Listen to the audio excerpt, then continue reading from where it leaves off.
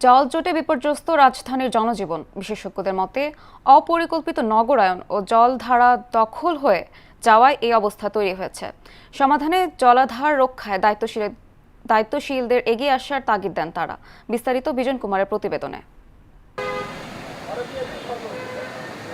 দেখে মনে হচ্ছে উত্তাল সমুদ্রের ঢেউ, কিন্তু না, এই চিত্র রাজধানীর নিউ মার্কেট এলাকার। আষাঢ়ের টানা বৃষ্টিতে তলিয়ে গেছে সড়ক, চরম দুর্ভোগে পড়েছেন পথচারীরা। বৃষ্টিপাতের ফলে অনেক জায়গায় এই জলাবদ্ধতার সৃষ্টি হচ্ছে। ঢাকা শহরে জলাবদ্ধতা অনেক ভয়াবহ অবস্থা, হাঁটার চলার সমস্যা, ব্যবসায়ীদের সমস্যা। শুধু নিউ মার্কেট নয়, নগরীর বিভিন্ন এলাকা তলিয়ে যাচ্ছে টানা বৃষ্টিতে। কোথাও হাঁটু সমান, কোথাও আবার জমে থাকা পানির মাত্রা আরো বেশি। স্বাভাবিক যান চলাচল ব্যাহত হওয়ার পাশাপাশি ভাটা পড়েছে ব্যবসায়ও। বৃষ্টি হলে আর এরকম আর হয় না, মানে বিক্রি হয় না, মানে পানির কারণে। কোনো ব্যবসা নাই ভাই, হালকা 20 মিনিট বৃষ্টি হলে মনে করেন দোকানের ভিতরে পানি চলে যায়। সরকারের নজরদারি ও সময় উপযোগী ব্যবস্থা না থাকায় সামান্য থেকে মাঝারি বৃষ্টিতেই নগর জুড়ে জলাবদ্ধতার সৃষ্টি হচ্ছে বলে দাবি নগরবাসীর। অ্যাকচুয়ালি জলাবদ্ধতা আমরা প্রতি বছরই এরকম দেখতেছি, কোনো বছরই দেখতেছি না যেটা ঠিক হচ্ছে।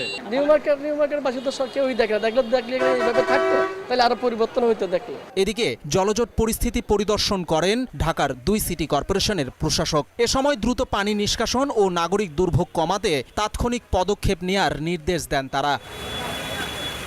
নগর পরিকল্পনাবিদদের দাবি, অপরিকল্পিত নগরায়ন, কংক্রিটের বিস্তার ও প্রাকৃতিক পানি ধারণ ব্যবস্থা নষ্ট হয়ে জলজট তৈরি হচ্ছে। জলাধার দখল ও ভরাটের ফলে রাজধানীর জলাবদ্ধতা দিন দিন আরও প্রকট আকার ধারণ করছে বলে মনে করছেন তারা। ঢাকা শহরের যত ধরনের খাল, জলাশয়, জলাধার ছিল, সে সব কিছুকে ধ্বংস করে দিয়ে এখন আমরা জলাবদ্ধতার সমাধান খুঁজছি।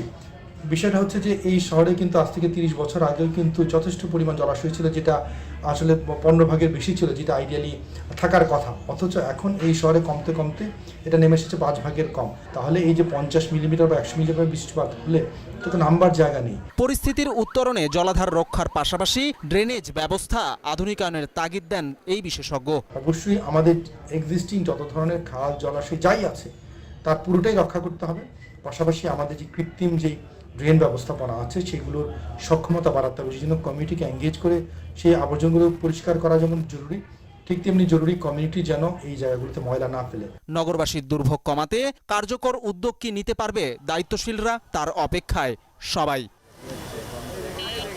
বিজন কুমার, মোহনা সংবাদ, ঢাকা।